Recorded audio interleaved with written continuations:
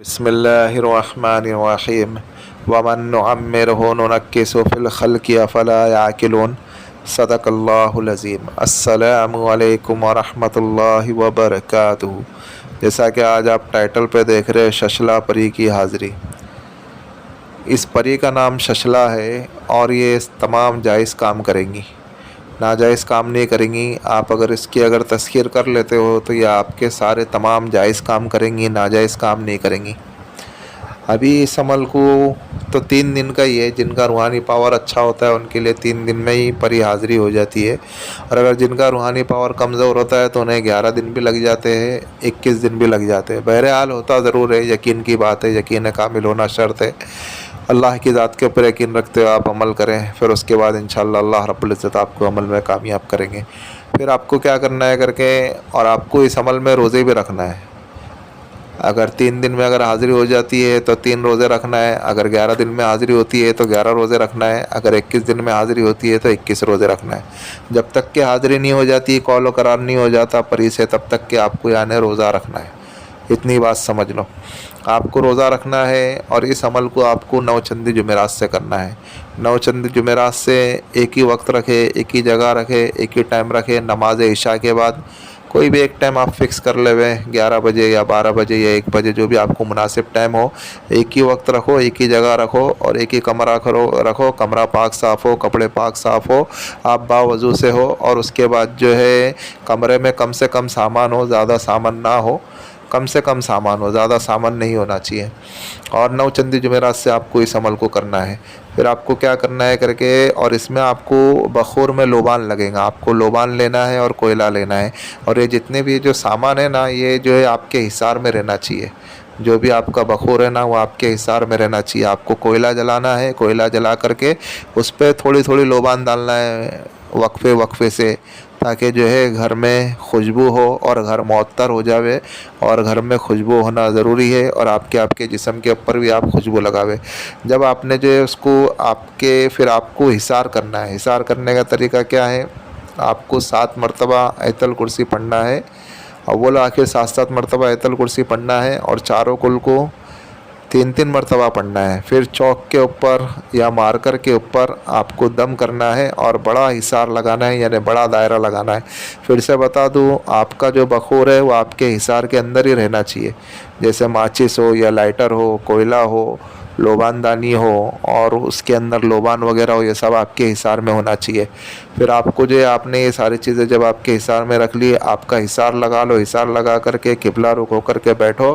اس کے بعد آپ کو کیا پڑھنا ہے، دیکھو آپ کی اسکرین کے اوپر آ رہا ہے، آپ کو یہی پڑھنا ہے، ششلا گجلا یتین، ششلا گجلا یتین، ششلا گجلا یتین، 1347 مرتبہ، یعنی 1347 مرتبہ آپ کو پڑھنا ہے، ششلا گجلا یتین۔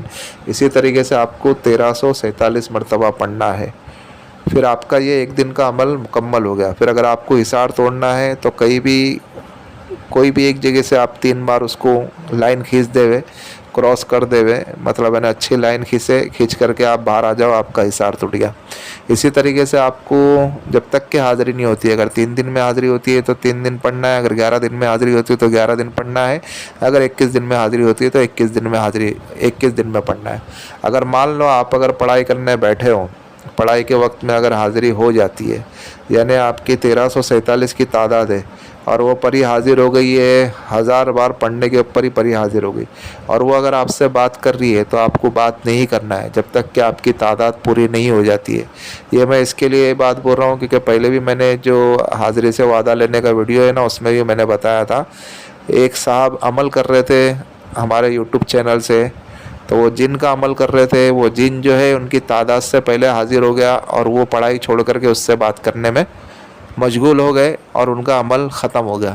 اس کے لیے کبھی بھی جب تک کہ آپ کی تعداد نہ ہونا پوری مکمل، اس وقت تک کہ آپ کو حاضری سے بات نہیں کرنا ہے۔ اگر حاضری آپ سے بات کر رہی ہے تو بھی آپ کو بات نہیں کرنا ہے، نہ ہی اس کے سلام کا جواب دینا ہے، نہ ہی اس کے کلام کا جواب دینا ہے، نہ سلام ہوگا نہ کلام ہوگا، جب تک کہ آپ کی تعداد نہیں ہو جاتی ہے۔ جیسی آپ کی تعداد ہو جاتی ہے، پھر دیکھو وہ اگر رکتی ہے تو ٹھیک ہے، اگر نہیں رکتی ہے، اگر وہ چلی جاتی ہے تو جانے دو اس کو۔ اگر آپ کے عمل نے اس کو کمزور کر دیا ہوگا تو وہ رکیں گی، اور وہ خود آپ سے بات کریں گی، سمجھے؟ وہ خود آپ سے بات کریں گی. وہ اگر بات کریں گی تو پھر آپ بات کرو, آپ کال و قرار لو, اس سے وعدہ لو. حاضری سے وعدہ وغیرہ کس طریقے سے لیا جاتا ہے اس کے تعلق سے بھی ویڈیو بنائی گئی ہے, آپ وہاں پہ جا کر کے دیکھ سکتے ہو پلے لسٹ میں.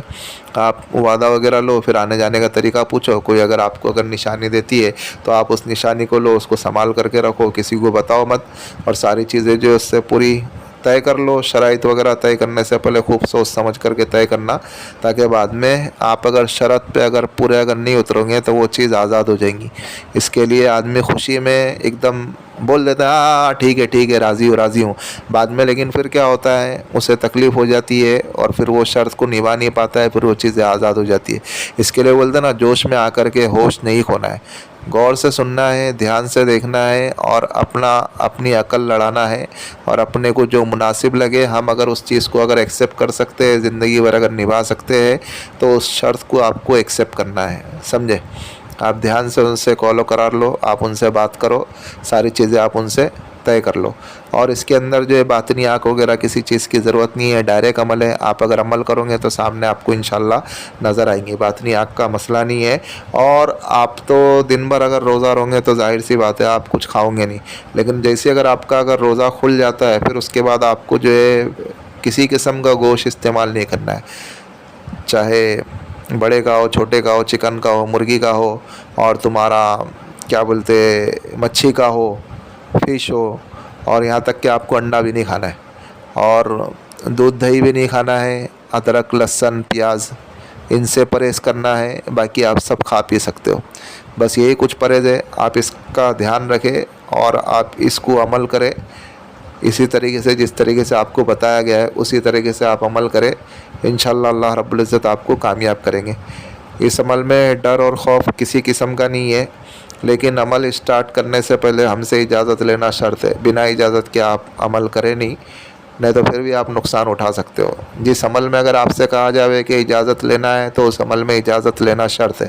اگر جس میں اگر ہم نے نہیں کہا اجازت نہیں لینا ہے تو پھر آپ کو اجازت لینے کی ضرورت نہیں ہے.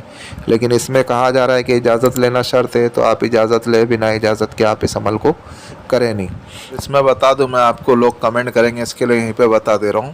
اس میں اول و آخر درود شریف کسی قسم کا نہیں ہے, ڈائریکٹ عمل پڑھنا ہے. عمل اسٹارٹ کرنے سے پہلے ایک بار آپ بسم اللہ الرحمن الرحیم پڑھ سکتے ہو, اور پھر عمل آپ کو اسٹارٹ کرنا ہے. یعنی درود شریف نہیں ہے, ایک بار آپ کو بسم اللہ الرحمن الرحیم پڑھنا ہے, اور ششلا گجلا یتین, ششلا گجلا یتین, اس طریقے سے آپ کو 1347 مرتبہ پڑھنا ہے. اور اس عمل کو مرد بھی کر سکتے ہیں, عورتیں بھی کر سکتی ہے, لیکن اجازت لینا شرط ہے. پھر سے بتا رہا ہوں, بنا اجازت کے آپ اس عمل کو کریں نہیں. ملتے ہیں نیکسٹ ویڈیو میں. دعاؤں کی درخواست. اللہ حافظ.